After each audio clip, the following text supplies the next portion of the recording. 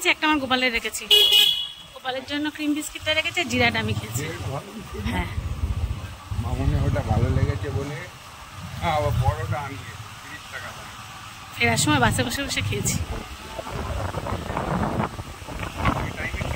তো ডায়ালিসিস নিয়ে বাড়ি ফিরলাম, বুঝতেই পারছো খুব ক্লান্ত। তবে কালকে দেখো কালগুলো অনেক বেশি ভারী লাগছিল, আজকে মনে হচ্ছে একটু কম লাগছে।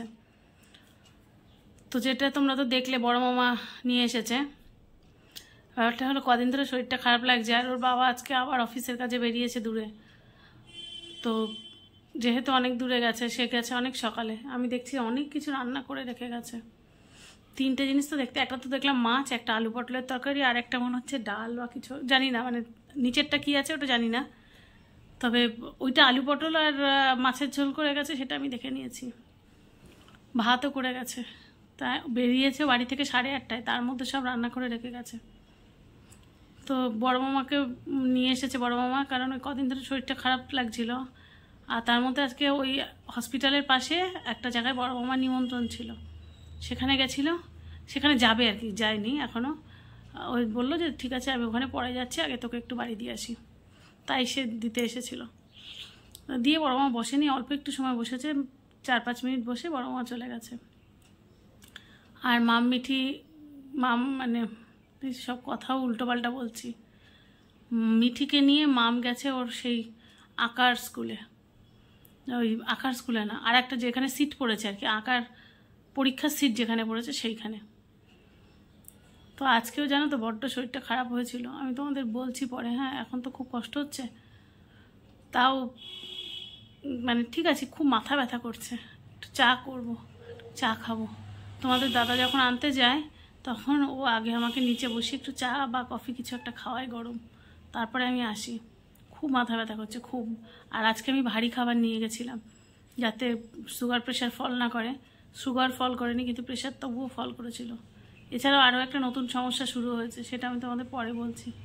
শরীরটা ভালো লাগছে না, তো আগে একটুখানি চা খেয়ে নিই, তারপরে যদি একটু ফ্রেশ হই তারপরে তোমাদের সাথে আবার এসে গল্প করছি। তো আমি এখন মিঠিকে আঁকার পরীক্ষার জন্য দিয়ে এলাম। ওর আঁকার পরীক্ষা মোটামুটি 1:30 অবধি চলবে, তারপরে ওকে আবার আনতে যাব। তো বাপি আজকে আবার অফিসের কাজে একটু দূরে গেছে বলে সকালবেলা সব রান্নাবান্না করে রেখে গেছে।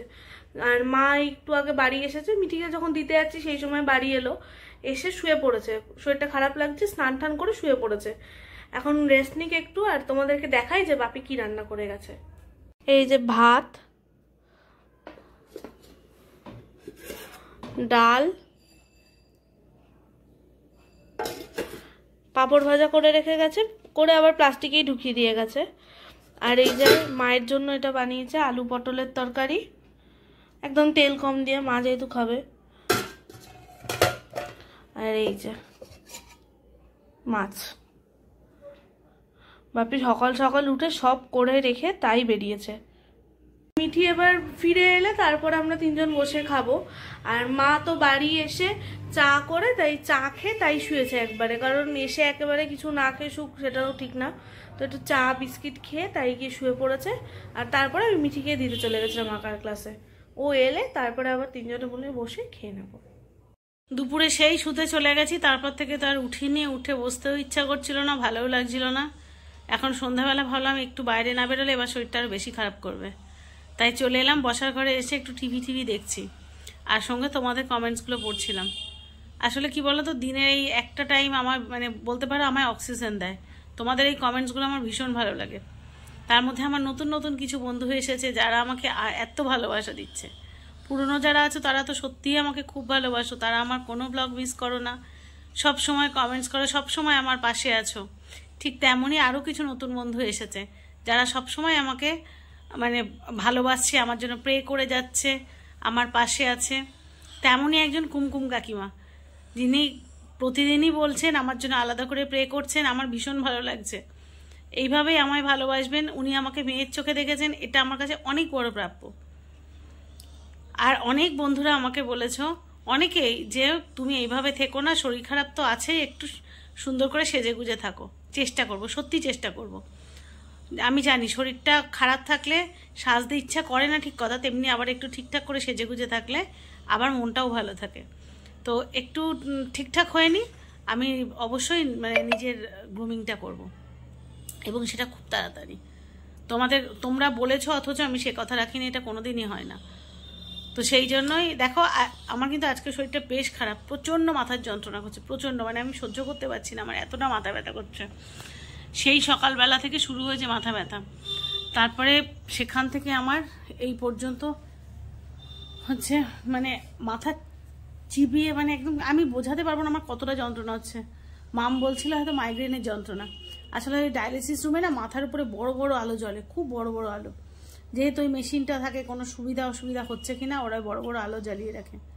আমার মনে হয় সেইটাই চোখের ওপরে পড়ে, তো সেটার কারণেও হতে পারে। সেইটা হয়তো সেই পরের দিন বলবো যে যদি আলোটা বন্ধ করে দেওয়া যায়, অবশ্য করবে না মনে হয়। যদি কোনো ছোট আলো থাকতো তাহলে হয়তো এতটা কষ্ট হতো না। সেই জন্য এসের থেকে শুয়েছিলাম, এমনকি দুপুরে আমি বাচ্চাদের খেতেও দেইনি।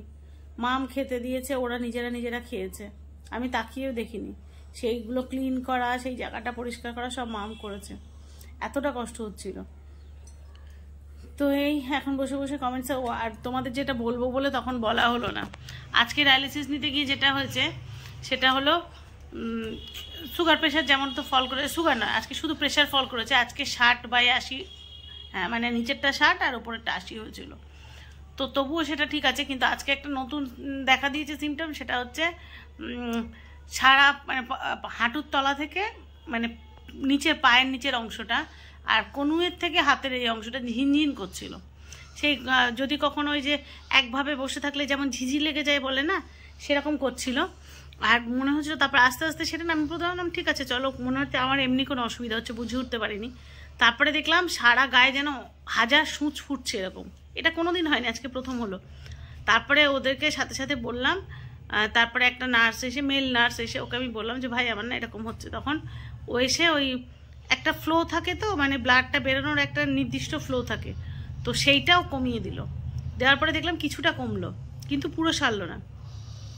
তারপরে আমি আর একজন টেকনিশিয়ান যা ছিল তাকে বললাম যে আমার না ও কমিয়ে দিয়ে গেল, নাম ধরে বললাম, সে কমিয়ে দিয়ে গেল, তো কিন্তু আমার পুরোটা কমেনি, কিছুটা কমেছে।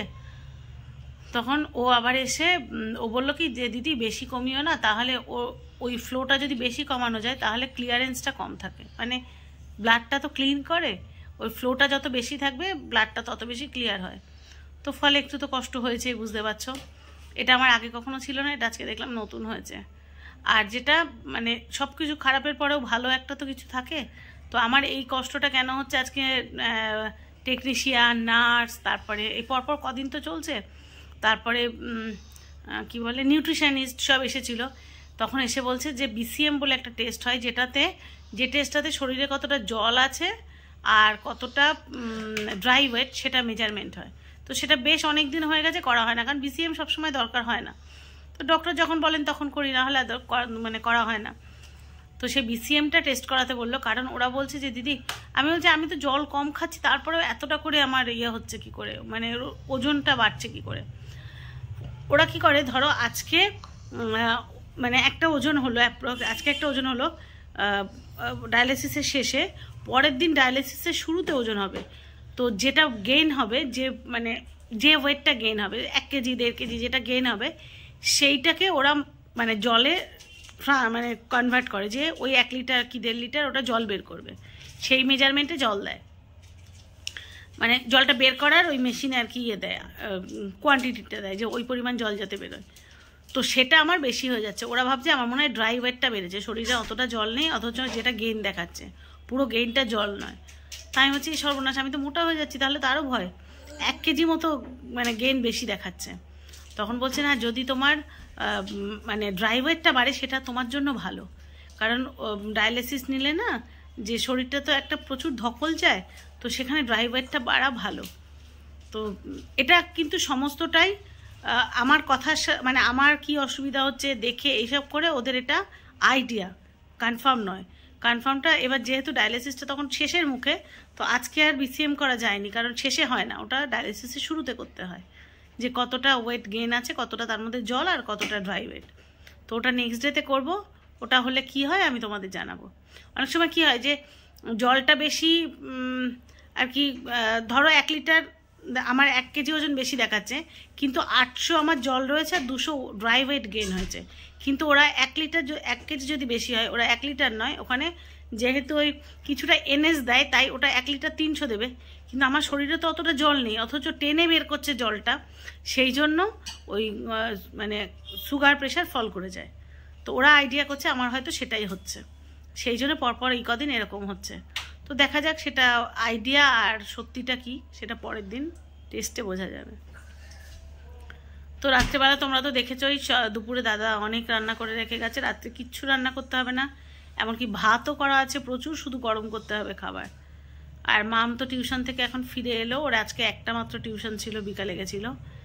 আর মিঠির আজকে ড্রয়িং এক্সাম খুব ভালো হয়েছে। স্যার দেখলাম গ্রুপে ছবি দিয়ে মেসেজ পাঠিয়েছে, ছবিটাও খুব সুন্দর হয়েছে। তো এই বসে বসে একটু টিভি দেখি, চলো সঙ্গে থাকো, আবার একটু পরে ফেরত আসছি। তো মা এখন ওই ঘরে বসে টিভি দেখছে, মায়ের সাথে মিঠিও বসে টিভি দেখছে। আর এদিকে এখন প্রায় 9:30 বাজে, সেই জন্য আমি গোপাল তুলতে এলাম। গোপালকে এখন তো ওপরে রাখা যাচ্ছে না ঠাকুর ঘরে, কারণ অম্বাবচী চলছে। তো ওকেও ওপর থেকে নিচে নিয়ে আসা হয়েছে, আর ওপরে ঠাকুরদেরকে মানে ঠাকুর ঘরে এখন আর রাখা হচ্ছে না। তো এই যে এখন দেখাচ্ছি কোথায় বসে আছে, এই যে গোপাল সোনা, ও এখন ঘরেই রয়েছে, ওর সমস্ত জিনিস এখানে এনেই রাখা আছে।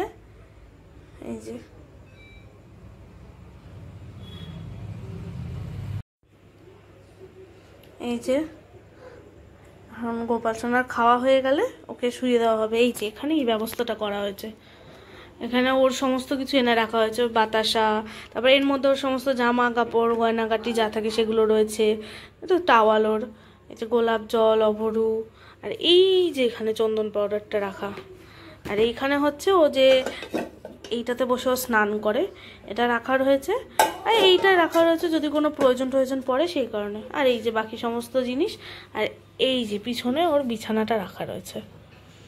বিছানা ওর মধ্যেই 2টো মাথার বালিশ আছে, আর এই যে দুপাশে 2টো পাশ বালিশ।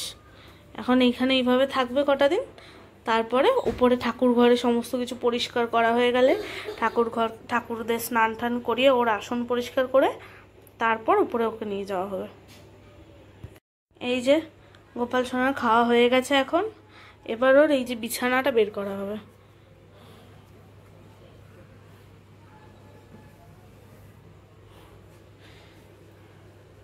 এটা বাপি এইভাবে ফোল্ড করে রেখে দিয়ে তাই গেছিল, কারণ এখানে জায়গাটা কম, তো এইভাবেই সব কিছু ম্যানেজ করে রাখতে হচ্ছে আর কি। এই যে গোপাল সোনা এখন এখানেই শোবে, ওর বিছানা কমপ্লিট, এবার ওকে শুইয়ে দেবো। এখনো এই কটা দিন এখানেই থাকবে, তারপরে মা বলেছে ওপরে নিয়ে যাওয়া হবে, সব ঠাকুর স্নান করানো হবে, তারপরে ওকে ওপরে নিয়ে যাওয়া হবে। তো এখন রাত হয়ে গেছে, যেহেতু ওকে খাইয়ে এখানেই শোয়ানো হবে, সেইগুলো সমস্ত কিছু করে নিই, তারপর ফেরত আসছি। তো গোপাল সোনা তো বিছানা করা হয়ে গেছে, এবার গোপাল সোনাকে শুইয়ে দেবো। এই যে ওর গলায় যে মালা ছিল সেটা খুলে রেখে দিয়েছি এখন রাত্রিবেলা, আর বাসিটা ওর শোয়ার বিছানার পাশেই রেখে দিয়েছি। এবার ওকে শুইয়ে দিই, তারপরে ফেরত আসছি। এই যে গোপাল সোনা ঘুমিয়ে পড়েছে, এবার আমি এই ঘরে লাইটটা অফ করে দিয়ে চলে যাবো। এই ঘরে লাইটটা এখন আর জ্বালিয়ে রাখবো না। তো খাওয়া দাওয়া আমাদের হয়ে গেছে, বিছানায় চলে এসেছি। আজকে আমি জানি তোমাদের সাথে সেভাবে কথা বলতে পারিনি, আর অ্যাক্টিভিটি তো দূরস্থ, আসলে কিছু করছি না, তো দেখাবো আমি কি বলো। সকালবেলা তো রান্না করে দিয়ে গেছে, মাম টুকটাক কাজ করেছে, আমি ওই চা করা বা হালকা ফুলকা কিছু ছাড়া আমি কিচ্ছু করিনি। তাই তোমাদের সাথে একটুখানি সময় গল্প করলাম, যে আসলে মাথাটা খুব ব্যথা করছে, আমি পারছি না, এখন চোখ টোক টেনে আসছে, রাত 11টা বেজে গেছে।